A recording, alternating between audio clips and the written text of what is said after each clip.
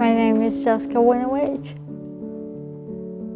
I'm 37 years old and I'm from Columbus, Georgia. We were having a play rehearsal right here in this church. One of my kids was up to something and I turned around and said something really smart alecky to him. And one of our other kids, who couldn't have been more than 4 years old, turns around and looks at me and says, "Oh, I know what that is, Miss Jess, that's sarcasm." And I remember looking at the pastor and thinking, y'all are really gonna let me teach the kids? And it reminded me of the first play that I was in church. It was going to be a musical. I was so excited. I knew all the words and all the moves, and I was so ready to do it. And then it got to the week before the play, and two of the Sunday school teachers asked Mama to stay back and talk with them before we left church. We left that Sunday, but we didn't go back the next Sunday to do the play. And we never went back ever again.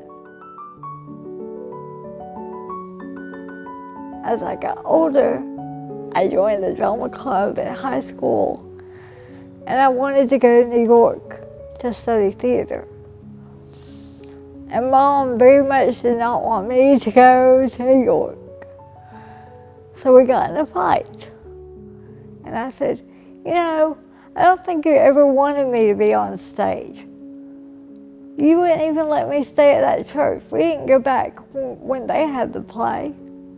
And Mama said, "Oh, baby, we didn't go back because they didn't want us to go back." And she told me what happened. They asked her not to bring me the next Sunday because they didn't want me in the play, because I can't get up and down off of my knees well. I just think it's kind of funny, really, because I bet I'm the only kid that became a theater major out of the whole bunch. And I loved it. I loved theater.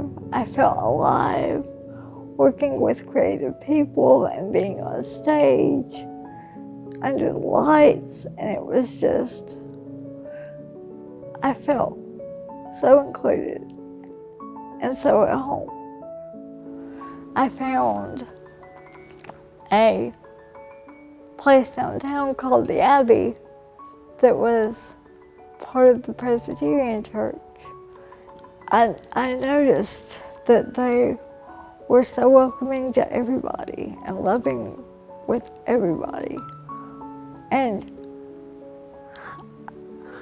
I felt at home there and at peace there.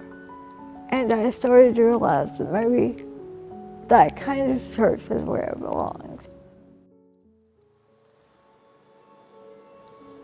I was having Easter dinner with my church family, and one of my friends talked about a show he had seen called Hollywood, and it was about how Hollywood could have been in the 1940s if the Hays Code didn't exist and if things were more inclusive. And I watched it, and it was interesting and had some really beautiful moments, but I noticed that there were still no people like me in it. And at first I got kind of cranky like I usually do. But then there was a scene, and there were all these people who were so angry, and they were rioting just because the movie had a lead actress who was black. And I realized right then, people don't hate disabled people the same way that they hate other marginalized groups.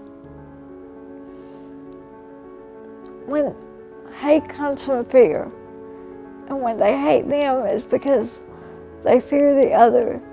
They fear a group they're never going to be a part of. But when they see us, the fear is different. Because you can't wake up from a car accident and be a person of another race. but you can get hurt or you can get sick and you can be disabled. And that's scary. So now I see that fear is different. And I think it makes people want to not see us and to hide us away.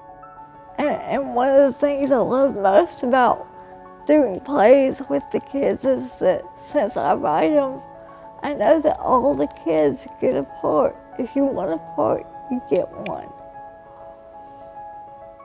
You get to be visible and seen.